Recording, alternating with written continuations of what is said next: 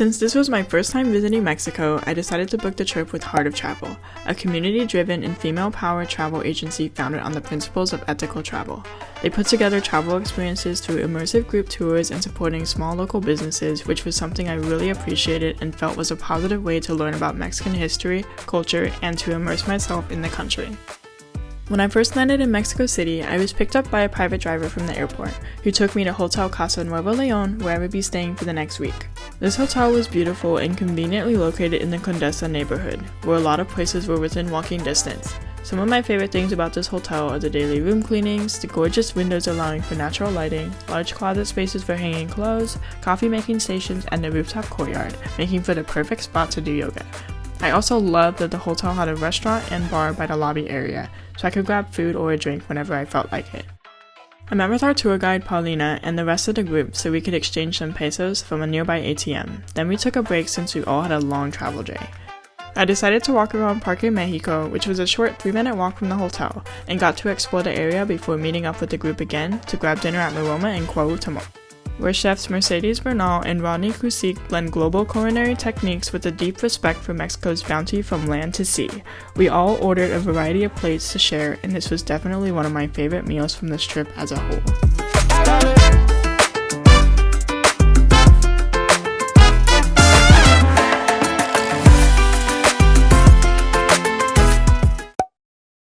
After a solid night's rest, we grabbed a quick breakfast at Tierra Garra, which was conveniently located across the street from our hotel.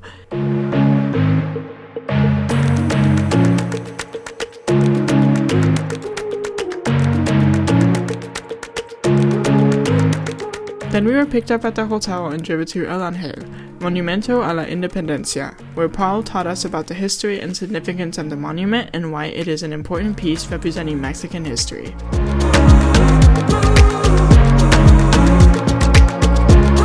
Every Sunday, the city has an event called Muévete en Bici, where the streets close down for pedestrian and cyclist traffic.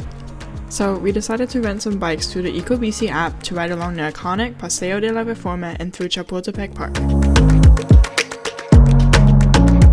We stopped at the Ethnobotanical Garden, where we would then check out the Anthropology Museum, which is the largest and most visited museum in Mexico City, featuring the world's largest collection of ancient Mexican arts. If you're planning a visit to Mexico City, a trip to the Anthropology Museum is an absolute must, because not only does it have more than 20 rooms over an expansive 45,000 square meters showcasing archaeological and anthropological treasures, but it pays homage to the contemporary indigenous peoples of Mexico and the rich legacies that have shaped Mexico's history for centuries.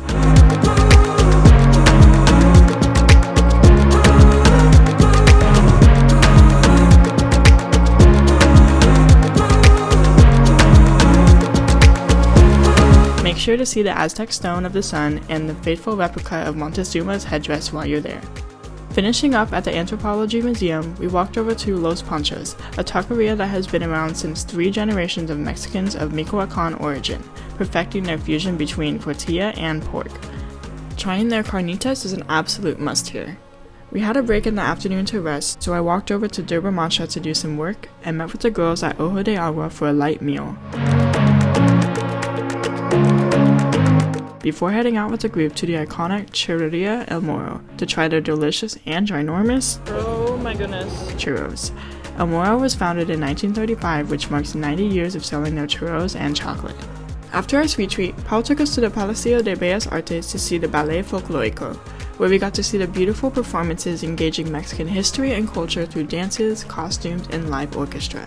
This was such an amazing show to witness, and I'm so glad we were able to experience these beautiful performances in the Palacio.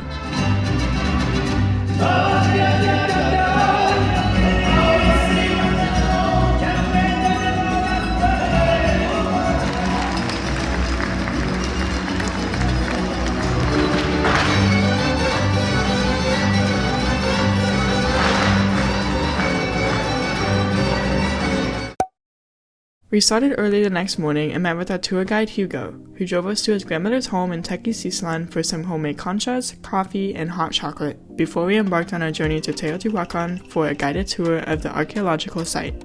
Here, we got to learn about the history of the Pirámide del Sol, the Pirámide de la Luna, and the ancient civilizations who lived in this ancient city.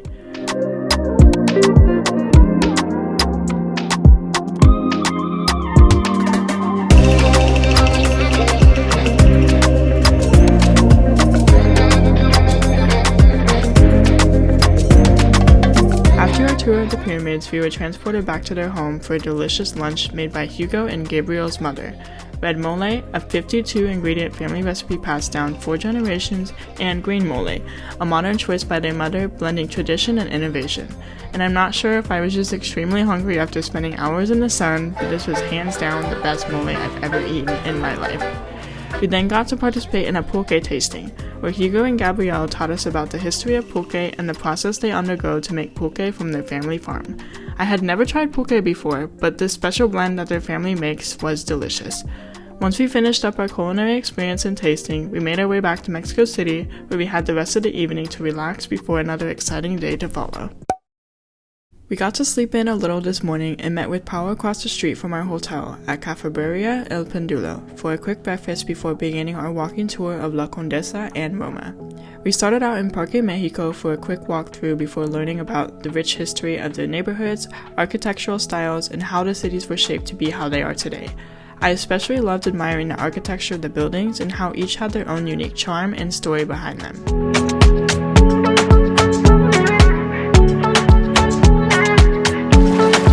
We stopped at the gallery OMR to gaze at Claudia Comte's exhibit Lost in the Forest, which explores ecological memory, transformation, and time. Next stop was the Maya Contemporary Gallery to see more works from more local artists and learn about their different techniques, inspirations, and stories.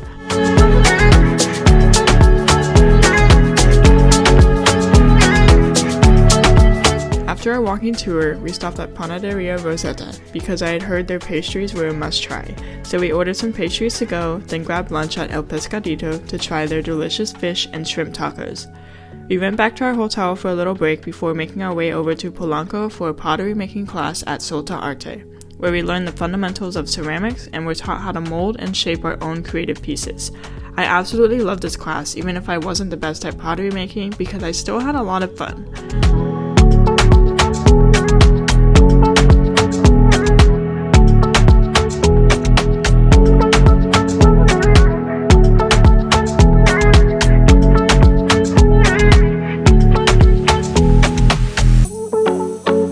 We ended our day with dinner at El Trespatio in Roma, which is an open-air restaurant with green surroundings and a cozy atmosphere, the perfect meal to finish off the day.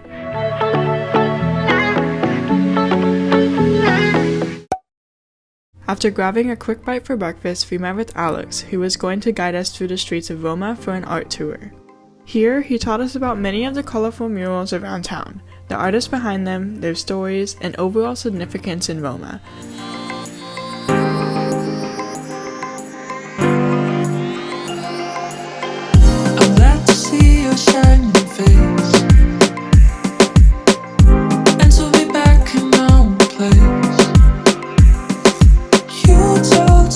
We also got to explore Huerta Roma Verde, a garden, community center, and biosocial laboratory. This place was really interesting because we wouldn't have known it existed from the outside, but it was a very charming hidden gem in the area.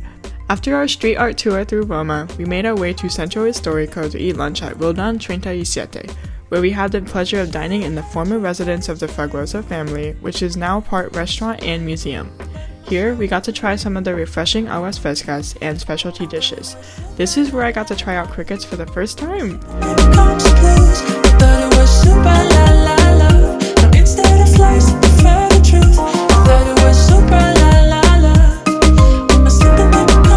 After our flavorful meal, Pau took us on a brief tour of Centro Histórico, our first stop being the Zócalo, where we got to see the iconic flag of Mexico and the Mexico City Metropolitan Cathedral.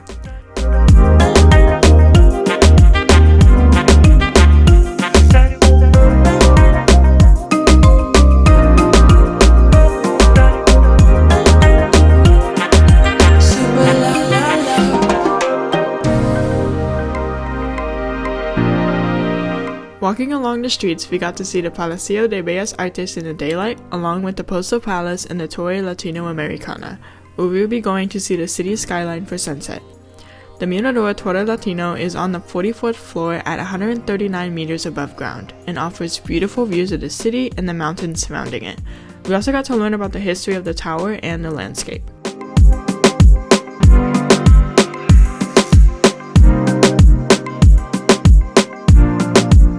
last stop of the day was the Garibaldi Plaza, where we got to experience live mariachi. From all different kinds of instruments, from trumpets, violins, harps, and guitars, the lively ambiance was an exciting scene to enjoy.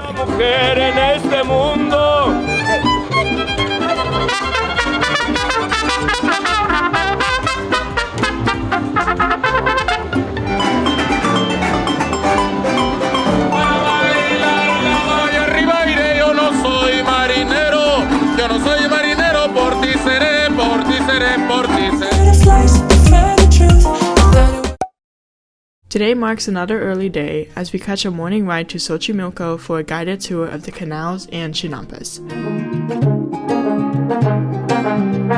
On our Cayuco ride, our guide Carlos taught us about the ecosystem and history of how the canals came to be, as pre-Hispanic communities meticulously formed small islands as the foundations for agriculture. Once we docked at our select chinampa, we were introduced to Adela, a Mexican traditional chef who shared with us her favorite recipes passed down through generations. We were taught of the fundamental ingredients needed for Adela to cook our traditional meal, which included chilies, vegetables, handmade tortillas, and harvesting our own herbs by hand. I tried a cup of Adela's coffee, then we started making our salsas, guacamole, and refried beans.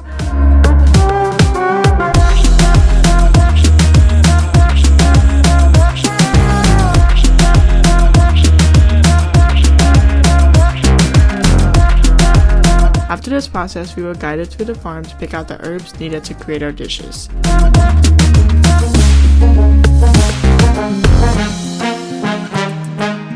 Once everything was gathered and Adela cooked our meal with love, we gathered around the table and enjoyed a traditional Mexican meal. This was by far the cleanest and most raw meal I had on this trip, and being able to visit a chinampa and connect back to local traditions was an eye-opening experience. The deep connection to nature was a truly special experience, and I felt I walked away from this tour with entirely new perspectives on Mexican traditions and their connection with the land. We met up with our driver, who then took us over to Coyoacan to explore the beautiful neighborhoods, walk around the plaza, and roam the market. I was in awe of the gorgeous colors and architecture that was all around the neighborhood.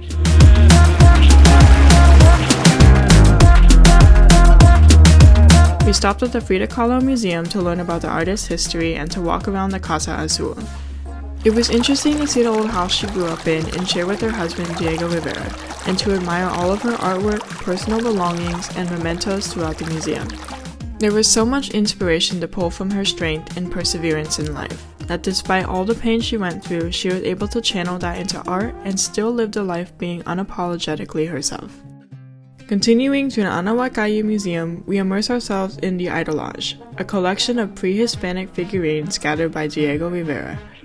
We got to explore the stone walls of this architectural marvel, which houses nearly 2,000 figurines within. This temple was an incredible spectacle, being covered with volcanic rock and designed to blend with the natural landscape. Wandering the premises was an extraordinary experience.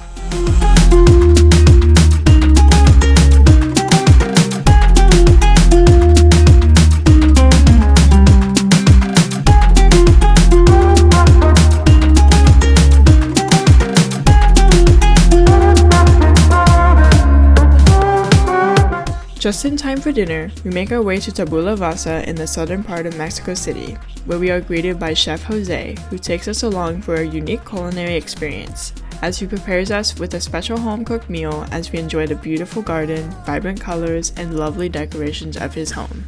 This was an exceptional meal, each dish being crafted with passion and expertise, making our experience at Tabula Rasa one of a kind. For our last day in Mexico City, we started off with a tour of Mercado Jamaica, one of the most popular markets in the city for fruits, vegetables, flowers, and plants.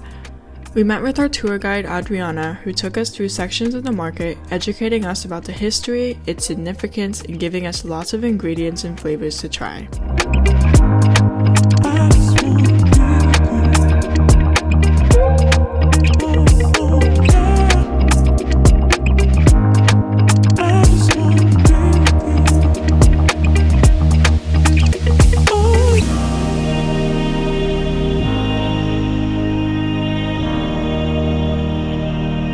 We We then made our way to Huaraches, Ramoncita for another culinary experience, where we were taught how to make handmade huaraches.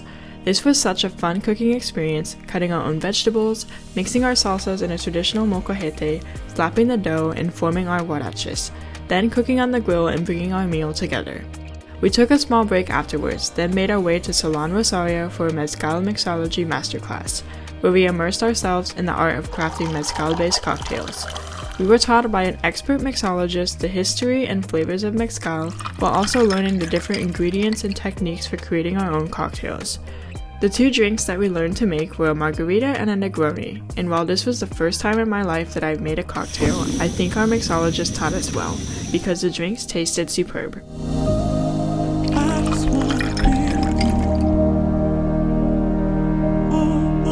For our farewell dinner, we made our way back to the Centro to dine at Azul Histórico, a celebrated restaurant in the historic center with a magical ambiance of candlelit trees and open-air dining. Here, we got to enjoy some of their incredible dishes and experience the blend between tradition, flavor, and history. This was the perfect meal to end our tour, because we all got to bond and share our favorite moments from the week and really connect with each other before we parted ways. Overall, this week has to have been one of the most heartwarming, educational, and positive experiences in my life. From spending time with the group to learning about the arts, history, and traditions from the locals, and even immersing myself in the deep roots of Mexican cultures, has been such an eye-opening adventure, and I'm so glad this was possible because of Heart of Travel. I came with no idea what to expect, but I left with my heart full, an expanded mind, and a few new friends. So if you're wondering if you should book that trip to Mexico City, yes, you should. Thanks for watching. Until next time.